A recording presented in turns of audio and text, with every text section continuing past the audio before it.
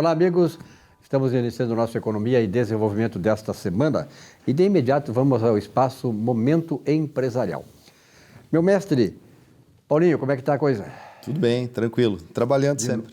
De novo aí, né? Então é importante isso. Bom, Paulo, é o seguinte, se não me engano, na semana passada nós falamos sobre a questão da inteligência artificial, né? Exato. E hoje aqui, o pessoal ali que teve uma repercussão enorme, né? O pessoal perguntou como é que é essa guerra entre a inteligência artificial, está se falando muito sobre isso, né? A inteligência artificial substituindo o ser humano e tal, essa guerra entre a IA, que chama inteligência artificial, e a humanidade. Aonde é que vai nos levar isso? Já existem prognósticos, avaliações a respeito disso? Bom, Silvio, obrigado por estar aqui contigo de novo. A gente tem conversado muito sobre este assunto dentro da nossa própria estrutura de trabalho. Por quê? Fazendo um parênteses antes, nós trabalhamos dentro de uma técnica jurídica, né, de advocacia e contabilidade. Mas quando a gente começa a discutir a inteligência artificial e o quão ela pode ser útil para nós, é que vem esses questionamentos. Então, tem muita gente que está usando a tecnologia, a inteligência artificial, e não está percebendo o quanto ela está se tornando um vício. Imprescindível, né? Imprescindível em certos momentos, né? Não tem dúvida. A gente está trabalhando com a seguinte visão. Vamos usar a tecnologia, vamos usar a inteligência artificial, porém, o que a gente não pode? A gente não pode desumanizar. O que significa? Todo o trabalho... O que é trabalhar? O que é trabalhar? Trabalhar, a gente diz, trabalhar é quebrar o galho de alguém. Quando a gente está trabalhando, significa que alguém está necessitando de alguma coisa. Então, veja, todos os ramos que as pessoas precisam ir ao encontro de um profissional, veja bem, elas vão ao encontro do profissional. Porque se elas quiserem resolver simplesmente na teoria ou na escrita, pode ir na inteligência artificial, maravilha. Mas aonde entra a humanidade, onde entra o ser humano, onde entra a qualidade do profissional? Quantos Silvio Lopes tem no mundo? Quantos Silvio Lopes tem no mundo? Quantos Rafael, né? Quantos Paulo Tomasi? As pessoas precisam entender que a tecnologia tem que estar a serviço das pessoas. E as pessoas necessitam resolver os seus problemas. Inicialmente, quem é que vai receber? É a pessoa. Tu tem um problema de contábil, vai no contador. Tu queres comprar alguma coisa, hoje, dependendo da situação, tu até compra pela internet. Vamos para o lado da compra, tu compra pela internet.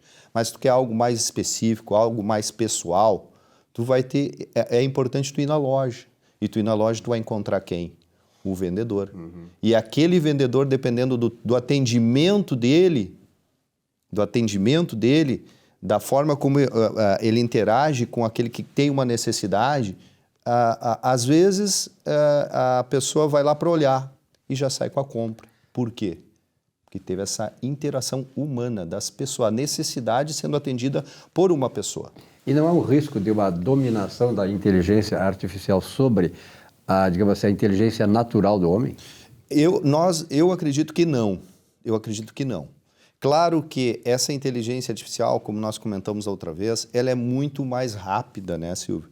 Ela processa mais rápido, ela te entrega algumas coisas com mais rapidez. Agora, eu pergunto para ti, para o nosso público, o seguinte, a inteligência artificial, ela consegue ser afetiva com a outra pessoa? Ela consegue ouvir a outra pessoa?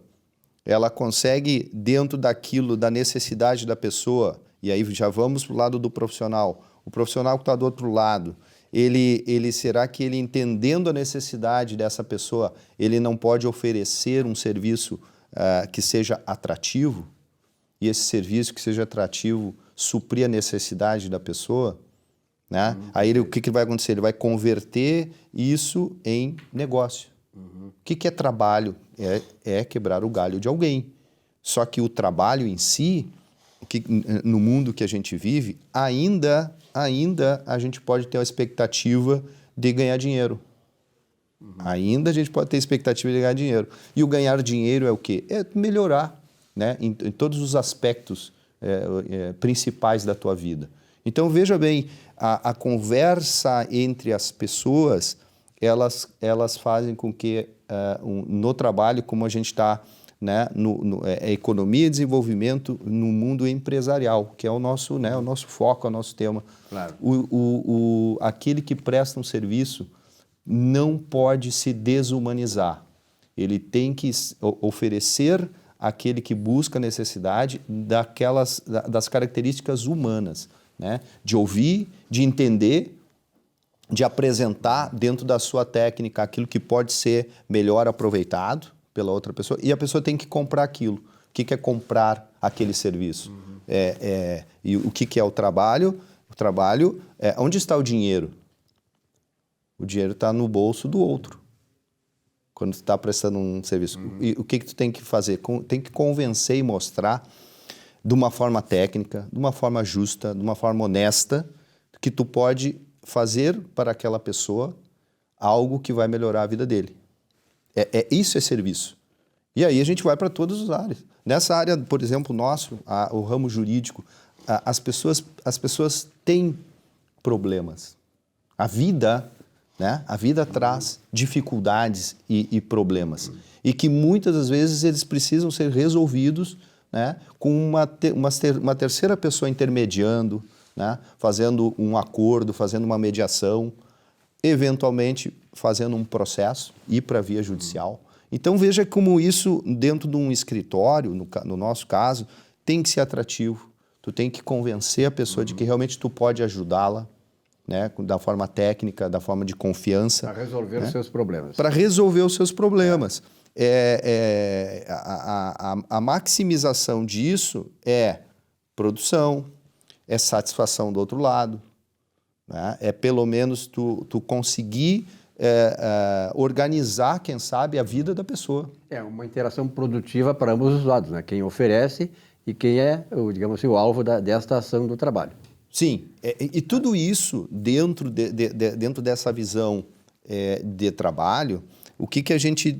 Como é que a gente transforma isso? A gente transforma isso apresentando alternativas. Né? E aí então voltamos lá, a inteligência artificial, ela vai ser capaz de oferecer as alternativas que uma pessoa que está conversando com quem tem a necessidade da mesma forma? Não vai. Não vai.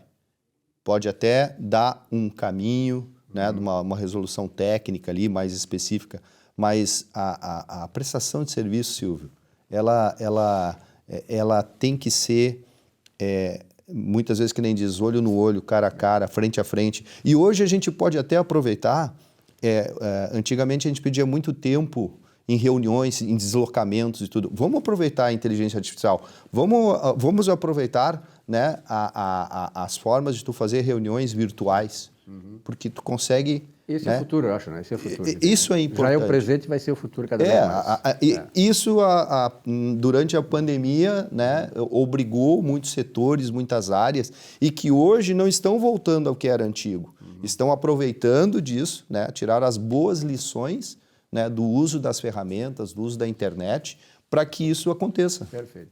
Paulo, obrigado pela tua presença aqui. Sempre é importante trazer esses avanços, né, que estão acontecendo aí, porque isso diz respeito diretamente à nossa vida pessoal, familiar e também, sobretudo, nos negócios. Um grande abraço e até a próxima. Obrigado, vamos lá.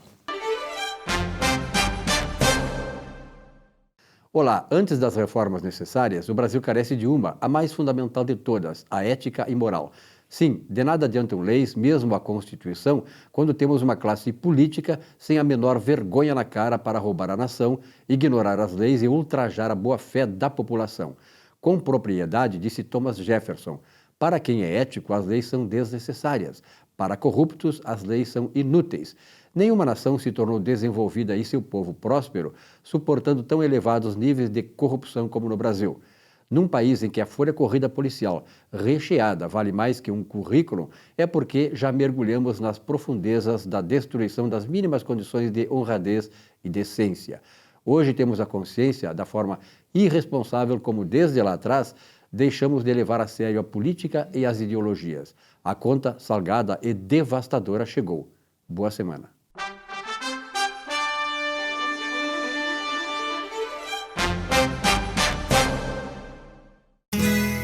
Ser gaúcho é preservar as tradições, é valorizar a educação e acreditar que um futuro melhor nasce nas páginas de um livro.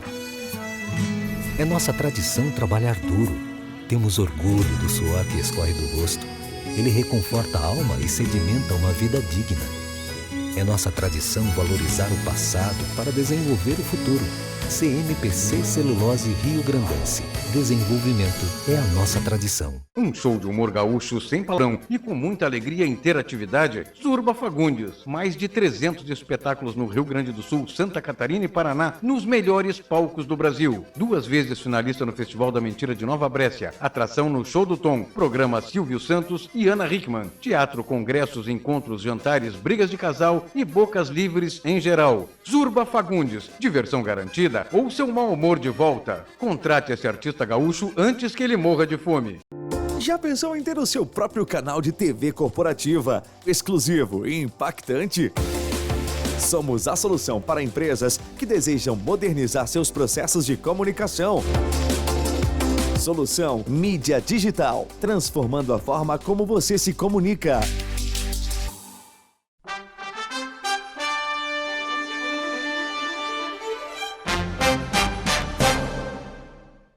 Olá, meus amigos e amigas. No Saiba Mais sobre seus direitos, hoje gostaria de tratar sobre direito previdenciário. Aeronautas ou aeroviários possuem direito à aposentadoria especial? A aposentadoria especial para aeroviários e aeronautas, você sabia que os aeroviários e os aeronautas têm direito à aposentadoria especial? É isso mesmo. E para comprovar a atividade especial, o documento utilizado é o Perfil Proceográfico Previdenciário, conhecido como PPP.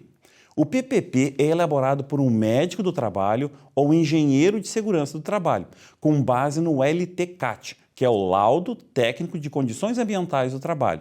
Esse documento comprova a sua exposição a agentes nocivos e atesta que os efeitos dessa exposição, se não puderem ser neutralizados pelo uso de equipamento de proteção individual, que são os EPIs, cabe ressaltar que esses documentos são de fornecimento obrigatório pelas empresas no empregado, dando conta que, se negados pelo empregador, o empregado poderá cobrar na justiça o fornecimento destes, uma vez que a CLT prevê sanções para aquele que não concede tais documentos. É importante destacar que a lista de profissões protegidas pela aposentadoria especial até 1995, assim como o PPP para comprovar as atividades especiais, ainda são válidos, mesmo após a reforma da Previdência implementada com a Emenda Constitucional número 103 de 2019. Procure um advogado especialista e confie e invista no seu futuro. Fique atento aos seus direitos. Por fim, eu agradeço a audiência e desejo uma boa semana a todos. E até o próximo programa. Muito bem, nesse espaço do programa nós vamos falar sobre uma coisa que é importante hoje, que é a questão da reforma tributária. A questão da economia, o programa é Economia e Desenvolvimento. Então tem muitos assuntos aí que acabam sendo recorrentes, né, como é a reforma tributária. Eu há 35 anos ouço falar em reforma tributária. E toda vez que se fala em reforma tributária, essa reforma tributária vem acumulando aumento de impostos e nada daquilo que a gente imagina que seja uma reforma tributária que venha realmente a trazer benefícios para todos nós, para o país de modo geral. Bom, está aqui o pessoal do Mortari Bólico, escritório que trabalha nessa área de investimentos, de orientação para os investidores do mercado financeiro, mercado de capitais, etc. E são especialistas no assunto. E hoje, Adilson, tu traz aqui um convidado que é o Andres, né? Andres, obrigado pela tua presença aqui. Vamos conversar contigo já, né, guri? Então, olha aqui, ó, essa a importância da reforma tributária que está agora sendo apreciada no Congresso Nacional. Passou assim de rapidamente, sem qualquer apreciação, na minha avaliação, no Congresso pela Câmara e agora está em apreciação no Senado. Qual é a importância na tua visão, Andrés? Primeiramente, bom dia, né? Meu nome é Andrés, eu sou assessor de investimentos formado pela URGS em economia e atualmente trabalho como credenciado ao BTG Pactual na Wise Investimentos. Perfeito. A importância da reforma tributária, ela faz parte de um conjunto de medidas que o governo ele implementou para tentar trazer o crescimento de volta para o país, junto com o arcabouço fiscal. Qual é a importância? Há estudos que demonstram que nesse período de transição de 8 anos, já que ela não vai virar o jogo de uma hora para outra, né? Vai ter um período de transição. Esse período, no final dele, nós podemos ter ali um ganho de PIB potencial de 10%, ou seja, a economia poderia ter uma capacidade de gerar produção e bens e serviços de mais 10%. Então, hoje ela está muito ligada ao crescimento. Hoje nós somos o país que mais gasta tempo para pagar imposto com o contador. Isso no mundo. Então, essa ideia realmente é simplificar. E, claro, é um desafio tremendo, né? Conseguir conciliar todos aqueles interesses totalmente diferentes e genuínos, né? Cada estado vai ter seu interesse num país de dimensões continentais como é o Brasil. Pois é, e na verdade, né, Adilson, essa questão toda que nós temos colocado, aí o Rafael esteve aqui também, já falou sobre esse assunto, né? Agora o próprio André já tocou, que é uma questão fundamental, que é a adequação dessa estrutura tributária para sustentar um Estado cada vez maior, cada vez mais gigante. Esse é o maior desafio, né? Exatamente, Silvio. E aqui é importante, muito bom a gente ter hoje aqui um profissional como o Andrés, né? A gente sempre reforça lá no escritório a pertinência de um profissional especialista em investimentos, na orientação de carteira, no balanceamento, né? Esses dias nós comentamos aqui a importância de quando tu investe num imóvel, tu tem o corretor, tu tem o advogado, quando tu investe, tu também tem que ter um profissional especializado, né? Um bom profissional. Né? E no caso aqui, o André seguramente é um deles, né? Quanto às repercussões da reforma tributária, eu acho que vale muito a gente falar sobre, no aspecto daquelas pessoas que nos confiam, né, que estão por trás do serviço que a gente entrega, e que é o investidor. Nesse sentido, está muito nebuloso ainda, né, muito nebuloso. O André falou assim, num aspecto muito de realmente o que se propõe com a reforma, né, e a gente sabe, o Brasil é assim, né? Sempre buscando muito arrecadação, crescimento do Estado e tal, mas o investidor, acho que ele está muito inseguro ainda, né? Ele não está conseguindo ler o cenário e acho que vão surgir daí muitos problemas, né? Então, eu acho que é um momento de o investidor buscar ainda mais a assessoria profissional, seja na realização do investimento, seja para a estruturação patrimonial, né? Então, aí é o trabalho conjunto do assessor e do advogado para saber ler bem esse cenário. Perfeito. O mais importante, né, Andrés, é que essa estrutura toda que o país oferece, que ela cada vez mais sirva como ponto de atrativo para o investidor internacional. Nós sabemos aqui, por exemplo, a taxa de poupança no Brasil hoje, olha, é os míseros 5% do PIB. Qualquer paísinho da Europa, lá, Bélgica, nada a desmerecer a Bélgica, mas a Espanha, Portugal, tem taxas de poupança de mais de 30%. Quer dizer, nós precisamos atrair capital estrangeiro porque nós temos insuficiente. Esse é o caminho, Andrés? Sim, o problema é conseguir trazer hoje esse investidor de volta para o país. Nós tivemos ali um pouco de um baque tanto internacional quanto interno, com essa mudança de governo. Nós tínhamos ali uma linha que agradava assim, o investidor estrangeiro e foi proposta ainda, assim que saiu as eleições, foi feito... Não havia clareza no que seria feito. Primeiro falaram em Meirelles, depois foi outro ministro, não sabia-se direito o que ia fazer. Isso afugenta o investidor estrangeiro. Ele quer ter visão, ele quer saber o que vai acontecer nos próximos 10 anos, não no próximo mês. Essa tal segurança jurídica, né, também, né, que claro, é importante, né? Exatamente, com certeza. Então, isso afugenta esse investidor e ele já está no ambiente, por exemplo, vamos pegar o americano. O americano está conseguindo ali, sem risco, ganhar 5% ao ano. Para eles, isso é muita coisa, sabe? Eles estão acostumados a ganhar 1%. Então, assim, por que eu vou lá para o Brasil, correr risco, não sei nem quem é se o ministro não vai me fazer alguma coisa lá que vai me prejudicar meu negócio, vai sair uma lei diferente, se eu posso estar aqui no meu país sem risco. Então, assim, esse impacto ele está muito ligado ao quê? A falta de visibilidade, né? A falta também de visão de crescimento, lembrando que o nosso país não cresce, assim, em termos de reais, produtividade há décadas, tá? Se eu me lembro, mais de 30 anos. A gente só cresce só por população. Então, o país ele ainda não está atrativo nesse ponto de vista para o investidor. Ele quer um país crescente, um país dinâmico, um país pujante. Além de nós sermos aí, alguns chamam até de Brasil de chininha, né? Porque a China está muito ligada com a gente. Então, se a China não estiver tão bem, o investidor já sabe que o Brasil não vai estar tão bem também. Nós, na verdade, né, o Adilson, nós fizemos uma certa abertura no país para o mercado internacional e estamos hoje trazendo muito mais produtos e serviços de fora do que investimento, né, de capital, aquilo que nós precisamos, na verdade. Né? Exatamente, Silvio. E o investidor estrangeiro, me parece, tá, uma das grandes questões, fora a leitura de cenário político, econômico e jurídico, mas é também os problemas que têm acontecido no Brasil, onde investidores estrangeiros têm sido prejudicados também, né? E a gente tem aí, a gente já comentou aqui no seu programa, casos como IRB, Americanas, Via Varejo também já teve, CVC, são inúmeros os casos, né? E nesses casos, principalmente fundos de pensão, a gente coloca esse aspecto, né? Tanto quanto os fundos de pensão brasileiros perderam nesses casos por fraude, fundos estrangeiros de pensão também perderam, né? Então, o investidor estrangeiro vem aqui, aporta capital, ajuda a nossa economia e quando acontece um problema, e é um problema de fraude, não de leitura do mercado, né? Ou seja, é aí que a gente coloca, né?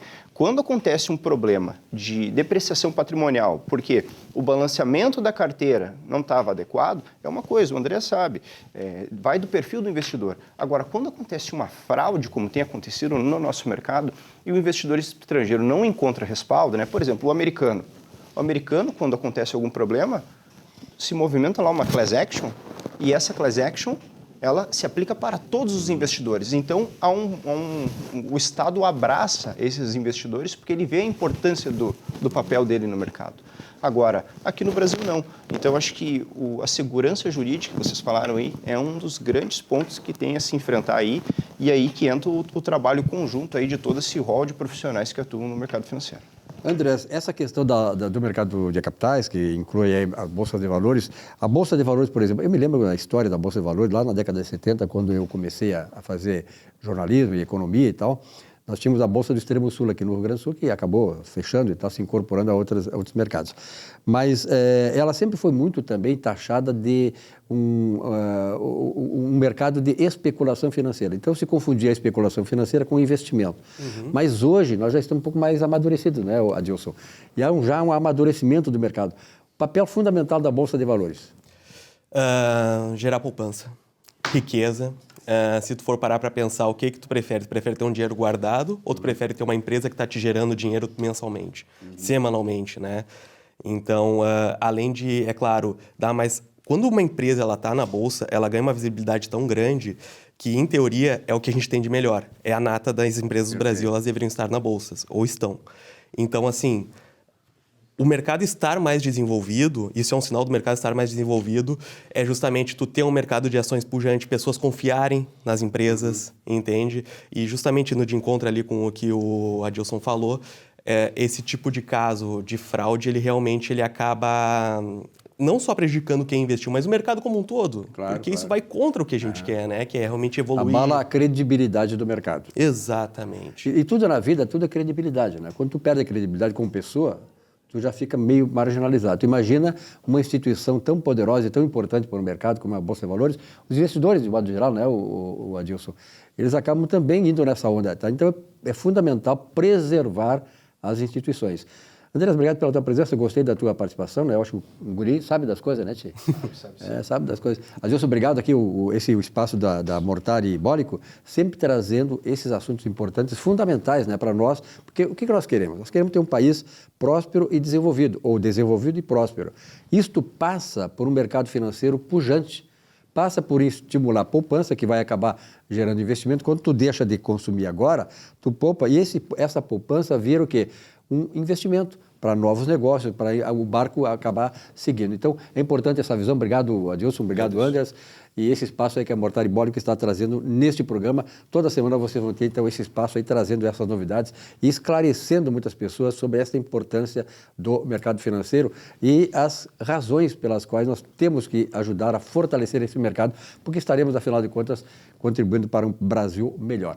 Um rápido intervalo, já voltamos aqui com o nosso Economia e Desenvolvimento. Até já.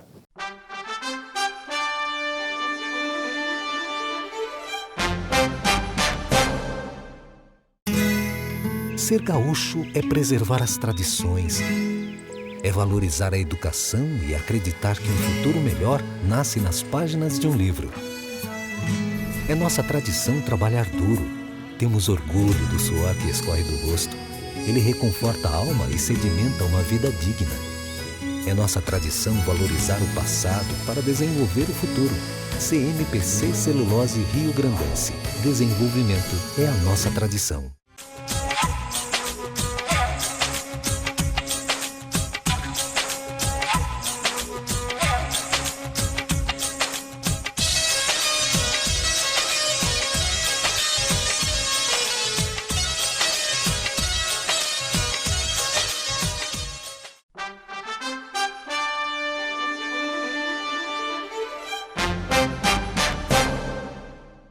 Muito bem, nesse espaço do nosso Economia e Desenvolvimento, doutor Gustavo Bernardi, obrigado pela sua presença uma vez mais aqui. Aí eu ouvi um certo depoimento do ministro da Economia, o cara que não entende nada de economia, nem vou dar o nome dele, né, dizendo que agora o governo vai taxar as grandes fortunas. Eu imagino que deve começar lá com o presidente da República, né, taxar as grandes fortunas. Isso já se tentou fazer muito na França, na Itália e tal. E o que aconteceu? A fuga de investidores, né? O governo está plantando exatamente aquilo que daqui a pouco vai colher. Fuga de investimentos, desabastecimento da economia, porque vai faltar produtos, vai faltar incentivo. E esse é o caminho, né, Bernardi? Pois é. O nosso ministro Haddad, né, teve uma infeliz fala recentemente, falando da reforma tributária, que iria ser um grande baque para os patrimonialistas, né? E essa semana também saiu aí a tentativa do governo de reeditar uma medida provisória que já tinha sido editada do governo Temer, né, quando assumiu depois ali da presidente que foi destituído, que foi o chamado Imposto das Grandes Fortunas, Tributo das Grandes Fortunas. Vamos trazer isso aqui para a nossa realidade, a realidade daquele que, quando ouve isso, começa a ligar insistentemente para os escritórios, perguntando o que vai acontecer, né?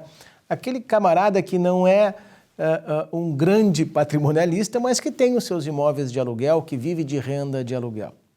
Em primeiro lugar, o que o governo fala quando ele diz imposto de grandes fortunas? Se pegar hoje o projeto de lei ou de medida provisória que o governo está remontando, fazendo renascer, ele não atinge o pequeno investidor, ele atinge fundos que são fundos muito exclusivos, que não têm tributação no fundo. Como é que funcionam os fundos de investimento?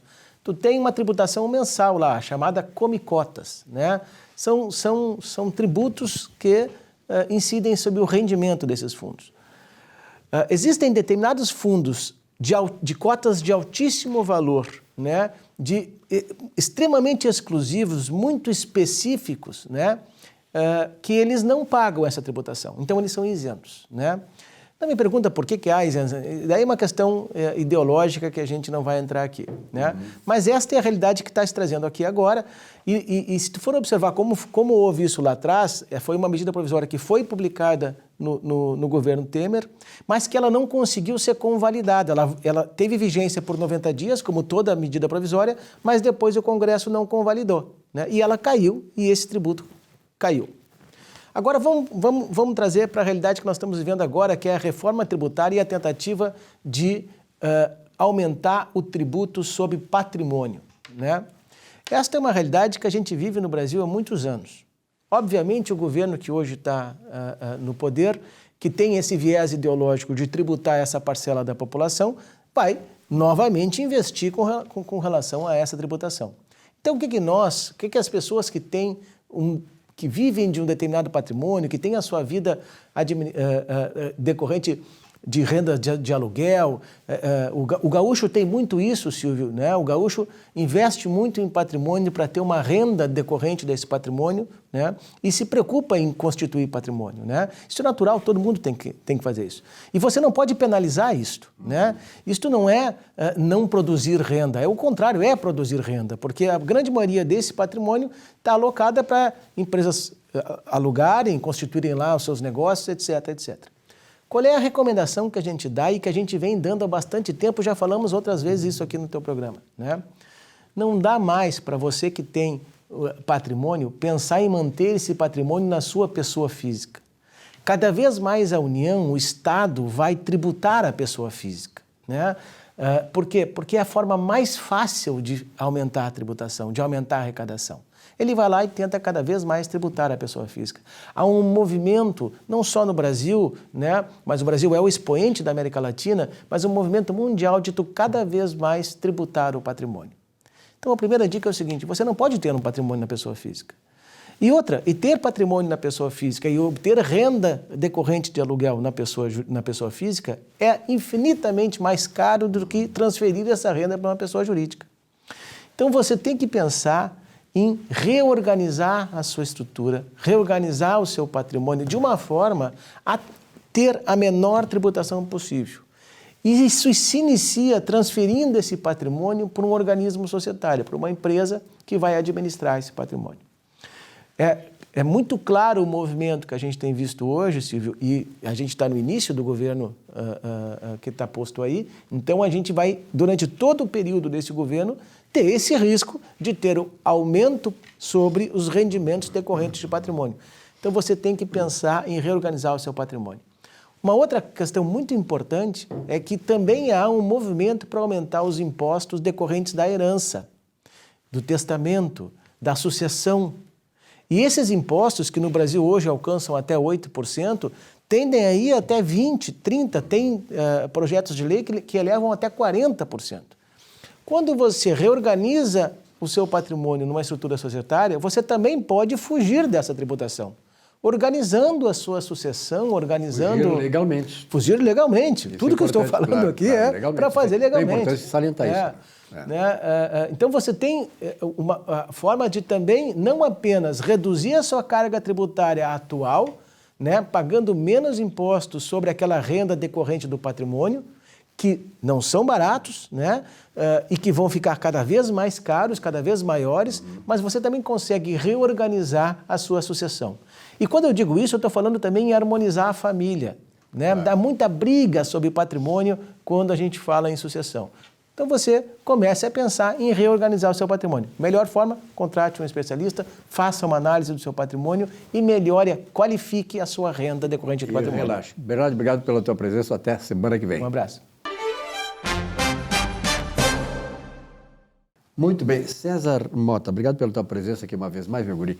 Olha, na verdade é o seguinte, essa questão da aposentadoria, que é uma especialidade do escritório lá de vocês, ela mexe com todo mundo, né? Hoje, por exemplo, os netos estão preocupados com os pais, com os avós, enfim, toda a família fica envolvida com isso aí. E é muitas questões, né? A questão, por exemplo, assim, de tempo de aposentadoria, como é que eu posso antecipar esse tempo, como é que eu posso aumentar minha aposentadoria. Faz um resumão para nós disso aí.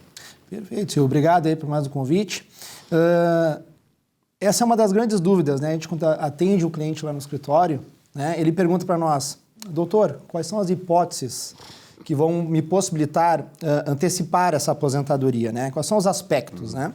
Então, assim, alguns até nós já ventilamos e ressaltamos aqui em outros programas, mas vamos ressuscitar eles, né? Que eu acho de suma importância a gente deixar para o telespectador aí bem ciente.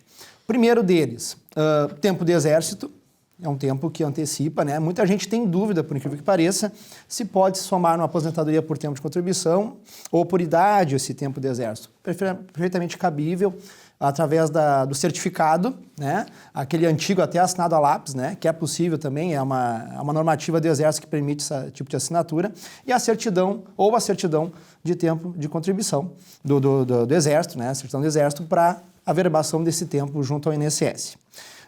O segundo hipótese, o tempo rural, né, que nós já comentamos também.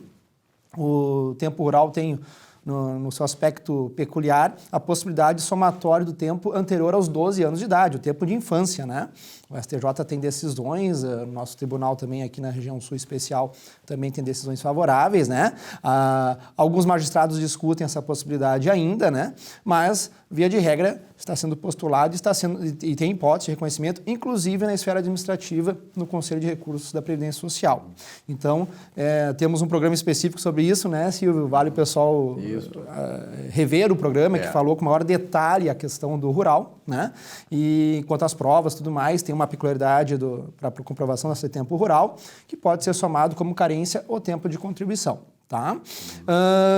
Nós temos também o tempo de benefício, por incapacidade, seja invalidez ou auxílio-doença, né? Eu digo invalidez porque pode, com os pentes finos que ocorreram nos últimos anos, nós tínhamos casos de segurados aposentados desde 2008 e que cessaram em 2018, por exemplo, 10 anos de aposentadoria por invalidez. Tomou a alta do INSS, esse tempo de contribuição vai ser validado desde que intercalado com uma atividade, não contribuição necessariamente. Tu deve retornar à atividade, onde cercando, né, este tempo em benefício, vai ser possível somar como carência e tempo de contribuição para uma aposentadoria por idade, uma aposentadoria por tempo, seja qual for a modalidade. Da mesma forma, o auxílio-doença. Tá, Silvio? Então, nós temos essa grande possibilidade desde que tu tenha atividade. Esse requisito eu acho de suma importância deixar bem ressaltado, né? Temos também o tempo de aluno-aprendiz, né? O exercido em escola técnica. Quando ele tem uma contraprestação, vem uma remuneração, seja própria ou para o bem da coletividade da escola, né? Por exemplo, Escola Técnica Parobé, exerço uma atividade de eletricista, vem uma remuneração através de um termo de cooperação do Estado, fiz lá na época, enfim, na época das fundações, quando existiam ainda no Estado, gerava uma receita para a escola. Esse tempo pode ser reconhecido, então, aí como de essencial para um tempo de aposentadoria. O INSS dificulta e muito esse tipo de reconhecimento do aluno-aprendiz, mas muita gente não sabe disso, então a gente precisa deixar ressaltado que é um tempo considerável. Outro item, conversão da atividade especial, reconhecimento da atividade especial, né? Se tu não atingiu, né, para uma regra do direito adquirido, a aposentadoria especial, tu pode converter o tempo também, né, limitado à reforma de 2019, nós fizemos também um programa especial sobre isso, né, conversamos muito sobre essas hipóteses, então é um tempo que pode reduzir, né, lembra que nós conversamos, um homem que tem 10 anos de atividade especial, né, como vigilante, por exemplo, né, ele vai converter aquele tempo de 10 passará para 14 como tempo de contribuição, porque vai aumentar os 40% previstos em lei. Então, essa lógica aí é muito utilizada, né? Então, nós temos que cuidar, né, nos planejamentos previdenciários que a gente realiza, né? O especialista que vai cuidar do caso, né, vai poder possibilitar essa conversão que ajuda e muito, né, nesse somatório, vai reduzir bastante e pode possibilitar o direito adquirido, como bem falei. Outra questão, servidor público. Troca de tanto utilização do período do regime geral, INSS, para o serviço público ou do serviço público para o INSS, regime geral, né? Através das certidões, né, de tempo de contribuição que tu vai averbar em cada regime conforme a necessidade, né, Silvio? Então, são situações assim que a gente vai ventilando. Uma outra questão também, e bem importante, a gente pode citar aqui também a questão de reconhecimento de vínculo. Né? A gente não precisa necessariamente ter uma ação trabalhista. Nós podemos fazer reconhecimento de vínculo diretamente no pedido de aposentadoria via INSS, né? Bem como o recolhimento em atraso também, né? Que é muito comum isso, né? Muito comum. Só que na questão do recolhimento em atraso, nós temos que cuidar a questão se ela vai ser necessária para a carência ou apenas para tempo de contribuição. Se tu já tem a carência preenchida para a aposentadoria que tu pretendes, né, na verdade, se tu já tem essa carência, tu vai poder contribuir de forma mais tranquila desde que tu tenha atividade comprovada. Tu precisa ter provas dessa atividade para ter o recolhimento como contribuinte individual. Tá? Então, se tu não precisa, se tu precisa da carência, tu tem que cuidar os regramentos. né? Tem uma regra bem especial que diz que tu tem que ter uma contribuição em dia anterior a este período que tu quer indenizar. Então, nós temos que ter o cuidado também, né, nessa esteira aí. Então, eu penso que são possibilidades aqui, eu ventilei algumas, né, Silvio? Claro. E bem importante a questão, assim, de se ressaltar para o segurado o direito adquirido. Eu faria um resumo, assim, especial, diante de tudo isso, o direito adquirido. Porque mesmo possibilitando o requerimento pós-reforma de 2019, a gente já salientou isso em outros programas, mas vou reiterar novamente, a gente pode utilizar aquela regra antiga ainda em vigor lá anterior à reforma da Previdência, a emenda 103 de 2019. Então, esses períodos, essas possibilidades de reconhecimento que eu citei, elas ajudam, contribuem e muito para que o segurado possa contribuir com as regras mais favoráveis para a reforma. Agora, né, César, são coisas assim muito aparentemente fáceis, né? Tu sabe explicar muito bem, tem o conhecimento da causa e tal, mas para o segurado, para aquele que está desse processo todo, que ele está tentando, né, a aposentadoria, essas vantagens, digamos assim, os caminhos mais tranquilos da lei e tal, dentro da questão legal, do processo legal, tudo é importante, mas é fundamental que a pessoa que está nessa situação recorra a alguém que é especializado, porque essa legislação é muito complicada, né? Quer dizer, só especialista para deglutinar tudo isso, né? Muito, muito. Silvio, a gente sempre destaca hoje o que está assim na moda da Previdência, né? Eu digo assim, o especialista previdenciário, ele tem que fazer o planejamento previdenciário, ele tem que oferecer para o seu cliente isso, né? O segurado, ele tem que ter o planejamento, ele tem que fazer um mapa da sua contribuição, do seu histórico e ver as possibilidades até para ter um benefício financeiro, contribuir certo, nesse sentido, né? Eu preciso de mais 10 anos para atingir tal requisito. Eu vou contribuir de tal maneira, talvez eu não precise contribuir os 10 anos, eu possa de tal maneira contribuir 6 anos de uma forma que eu atinja uma aposentadoria por idade, por exemplo. Então, a gente sempre oferece, o planejamento previdenciário hoje é um mapeamento. Tu vai ter estrutura para ter o teu caminho para buscar a tua aposentadoria. Então, o planejamento vai te dar toda a dinâmica, ele vai esmiuçar o teu CNIS, que é o extrato previdenciário, que consta no aplicativo Meu INSS, claro, e vai apontar todos os equívocos, os erros, os vícios, o que tu precisa corrigir para que tu obtenha o teu pleito, o teu direito à aposentadoria como um todo. Então, a gente deixa destacado que o planejamento é de suma importância para esses casos aí. Até que é para a pessoa depois não se ficar, quer dizer, não se frustrar naquela expectativa que ela tem, né? Ela sabe qual o caminho a seguir e o resultado que vai obter lá adiante, seguindo aquele caminho que é o caminho sugerido por aqueles que entendem da matéria. César, obrigado pela tua presença aqui. Uma boa semana. Obrigado, Silvio. Até a próxima. Um rápido intervalo, já voltamos com o nosso Economia e Desenvolvimento. Até já.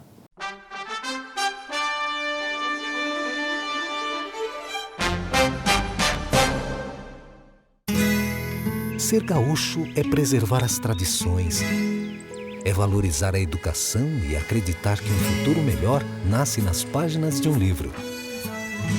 É nossa tradição trabalhar duro. Temos orgulho do suor que escorre do rosto. Ele reconforta a alma e sedimenta uma vida digna. É nossa tradição valorizar o passado para desenvolver o futuro.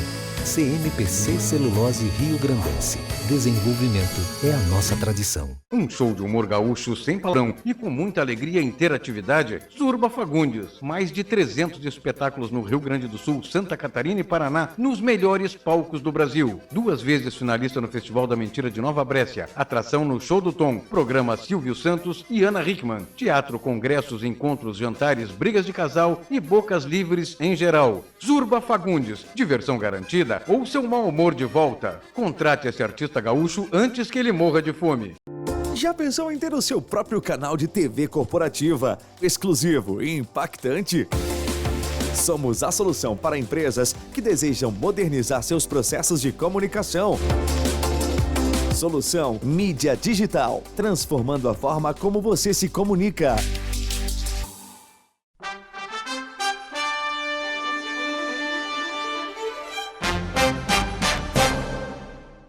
Muito bem, nesse espaço do Economia e Desenvolvimento, o Dr. Carlos Biderman está com saudade dos amigos. Muito obrigado, da mesma em São forma. Paulo, viajando bastante e tal, Da mesma né? forma.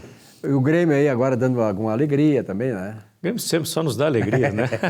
É sofrido, mas a gente acaba sorrindo no final. No final tudo dá certo, né, Silvio? Estou falando aqui com o Biderman depois, um dia depois da classificação do Grêmio para as semifinais da Copa do Brasil, né? Tendo vencido o Bahia nos pênaltis. Aliás, falando um pouquinho sobre esse jogo, o que tu achou?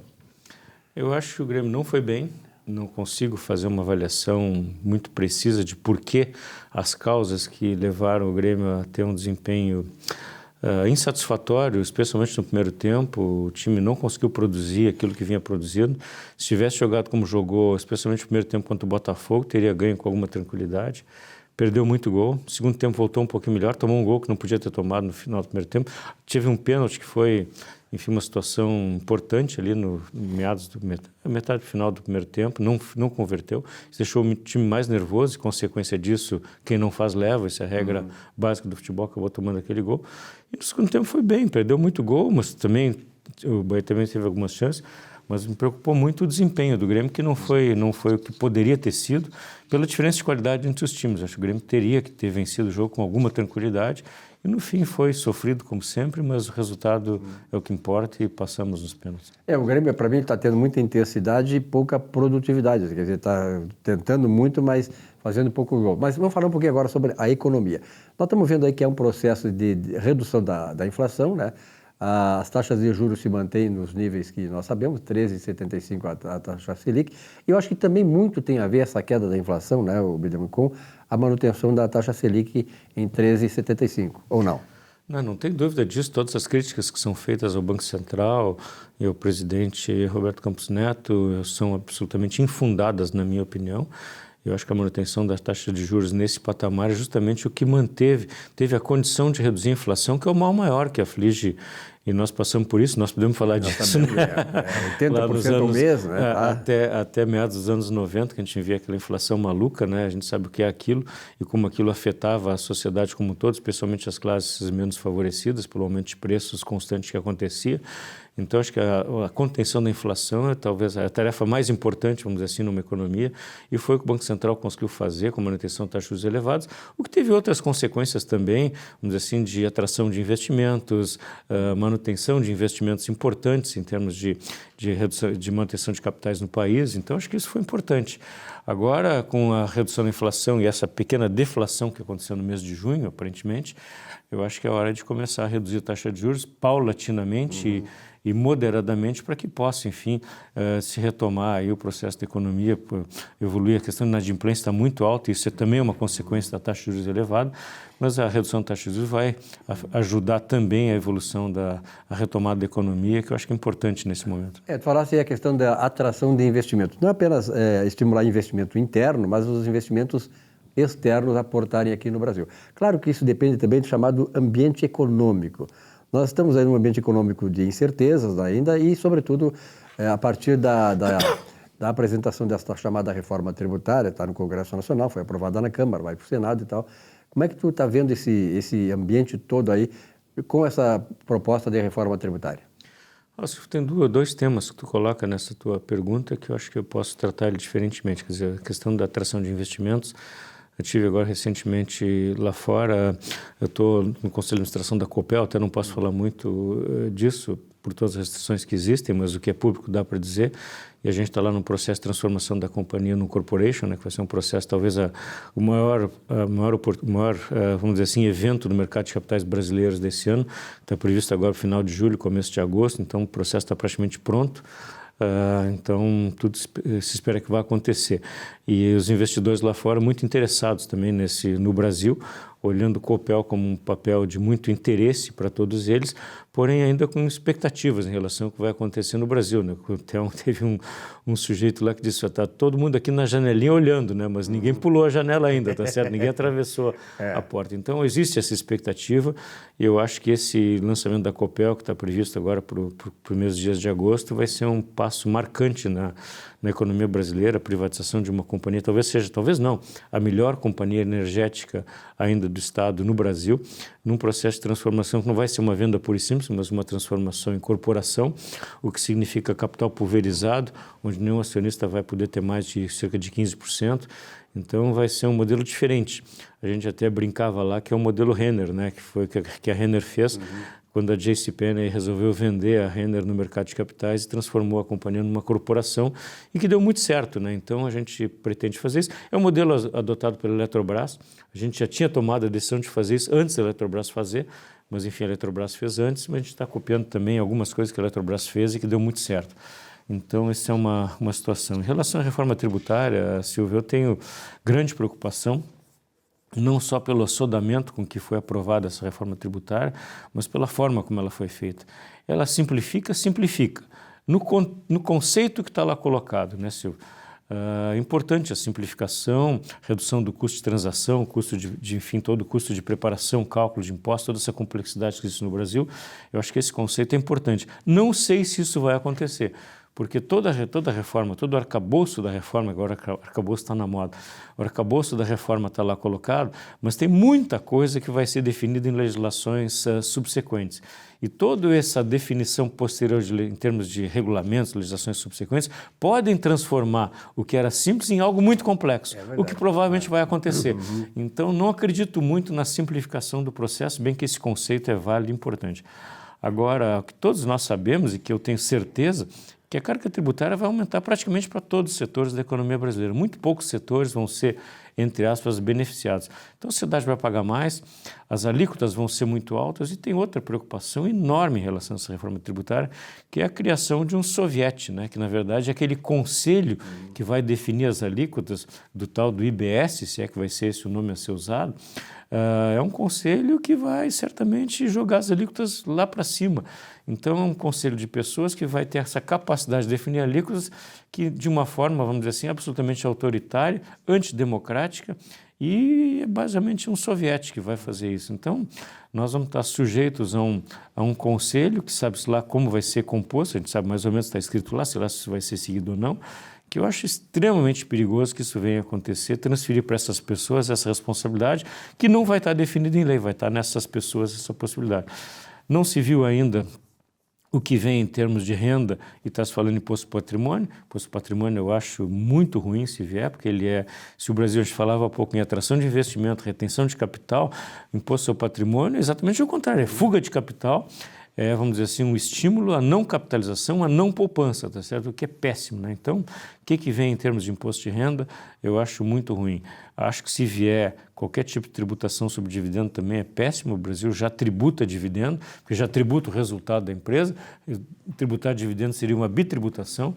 Então, acho péssimo que venha qualquer tipo de imposto sobre dividendos e imposto sobre, que seria bitributação, e imposto sobre patrimônio, que é, vamos dizer assim, absolutamente desestimulante à retenção e à capitalização das famílias, das empresas e das pessoas no Brasil. O que preocupa também, não é, Carlos, é que nós estamos vendo aí que, do ponto de vista institucional, as instituições que poderiam ser peso e contrapeso na economia, quer dizer, afrontar certas coisas que precisam ser afrontadas, como, por exemplo, essa reforma tributária, que passou assim na Câmara, sem um mínimo de debate, sem um ponto de contrapartida, sem ponto crítico e tal, que isso se dá exatamente porque o Congresso Nacional está completamente curvado, está completamente ajoelhado para o Supremo e para o Executivo. Então, isso também atrapalha essa questão da falta de independência dos poderes e, sobretudo, de proposição, porque o Congresso Nacional, a ele compete exatamente debater essas questões e está passando varrido isso. Está passando varrido. Se espera que no Senado se tenha um pouquinho mais de parcimônia, de critério, de avaliação, mas o Senado também está totalmente comprometido. Hoje a gente esperava, né, se eu tivesse um Senado mais independente, até pelo perfil das pessoas que foram eleitas, mas já está totalmente comprometido, totalmente alinhado com o governo. Então, as expectativas não são muito grandes, que no Senado tenha uma modificação importante e que se criem algumas travas aí para que não haja o que eu falei há pouco de essas alíquotas absurdas, essa questão desse soviete estabelecido lá que vai definir essas alíquotas e impostos absolutamente escorchantes que vão, enfim, afligir ainda mais a sociedade brasileira, né? Eu sempre penso, né, Silvio, dando um passo atrás em tudo que a gente está falando, né, puxa, por que essa absurda arrecadação? Porque o Estado gasta mal, é perdulário, enfim, a gente está acostumado a ver, nem vamos entrar em detalhes, vinha pensando agora, vindo para cá para conversar contigo, o que a gente tem de gastos desnecessários no Estado, né, em termos de excesso de funcionários, remunerações abusivas, lagostas nos jantares do Supremo Tribunal Federal, isso são caricaturas importantes que a gente tem que avaliar. Então, para isso, tudo que a gente está fazendo esse sacrifício tremendo de aumentar a carga tributária brasileira para suportar um Estado absolutamente paquidérmico, vamos dizer assim, perdulário e absolutamente descomprometido com com a redução de custos que é importante, que todos nós fazemos no nosso dia a dia. Né? O pessoal fala, e sobretudo esse governo, perfil, né, ideológico desse governo, fala justamente na questão da reforma tributária para dar sustentáculo a esse Estado cada vez mais sufocante na economia. Mas não falam, que é para mim o mais importante, eu acho que tu concordas também, na chamada reforma administrativa, que vai exatamente dimensionar o tamanho do Estado que nós queremos, aquele que possa ter um melhor serviço a um menor custo. Eu não tenho dúvida. E tudo isso que a gente está falando, que está acontecendo, na verdade, é uma estatização da economia brasileira. Com certeza. Aos poucos, tá certo? Ou seja, com a transferência de renda e de patrimônio das pessoas. O ministro não falou que vamos dizer assim, que as pessoas não devem deixar nada para os seus filhos, para os seus herdeiros. Até Yves Gander, num vídeo que foi visto há pouco, recentemente, falando, poxa, e as grandes companhias brasileiras, ele até cita Votorantim e Gerdau, quando falecerem os seus principais acionistas, não importa a estrutura de roda, quando falecerem os seus acionistas, vai passar isso para o Estado? É a estatização da economia brasileira que está acontecendo aos poucos e paulatinamente. Nós somos todos, né, como aquela figura conhecida do sapo na panela esquentando aos pouquinhos. Todos estamos dentro da panela sendo aquecidos aos pouquinhos. Né? Então, o que está acontecendo é o que o PT sempre... O presidente não disse, tem orgulho de ser comunista, ele está vamos fazer alinhado, infelizmente, com o Congresso Nacional, a estatização dos meios de produção do Brasil. Biderman, é sempre muito bom conversar contigo, sobretudo para ouvir essas coisas bem claras, né, sobre o que está acontecendo no Brasil e sobre o que nos espera em função do que está acontecendo. E a sociedade parece estar entorpecida, né? Não está sabendo exatamente aquilo que está acontecendo e que pode trazer certamente momentos de muita infelicidade para todos nós. Obrigado pela tua presença. Prazer falar contigo. Espero que na próxima vez tenhamos boas notícias aqui. Claro, sempre boas notícias. Só muito o Grêmio que nos dá alegria, né? Por enquanto, né? Muito obrigado a você, telespectador. Uma boa semana para todos vocês. Nossa Economia e Desenvolvimento volta na semana que vem. Até lá.